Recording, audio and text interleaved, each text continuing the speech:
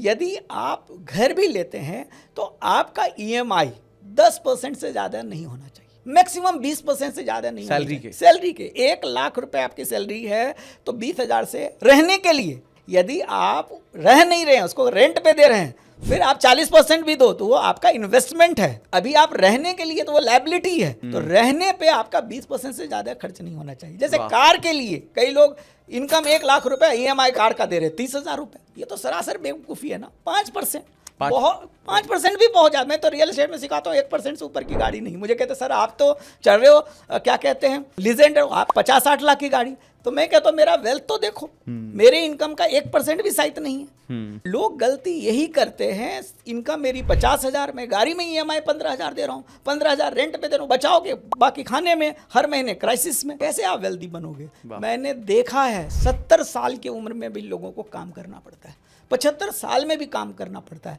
यदि आप सही तरह से प्लान करेंगे, अगले 5 से 10 साल में कोई भी नौकरी कर रहे हैं, बिजनेस कर रहे हैं, फाइनेंशियली फ्री हो सकते हैं। मतलब आपने बहुत इंपॉर्टेंट बातें बताई। पहला, अगर आप खुद रहते हो तो 20% से ज्यादा नहीं होना चाहिए आपकी इनकम का। अगर आप रेंट पे देना चाहते हो तो 40% से ज्यादा नहीं होना चाहिए। और अगर आप गाड़ी खरीदे तो 5% से ज्यादा ही बोल रहे हो, बट उसके ऊपर तो नीचे होना चाहिए, ऊपर तो होना ही नहीं चाहिए। वाह, इसका मतलब अभी आपको नहीं है, 5% में नहीं आ रहा है और आप ज्यादा ले रहे हो, तो औकात से ज्यादा ले रहे हैं, फिर आप फाइनेंशियल क्राइसिस में रहेंगे। कल को कोई इमरजेंसी आएगा, जॉब छूटेगा, आप प्रॉब्लम में आएंगे ही, गाड़ी भी आपके हाथ से चली जाएगी।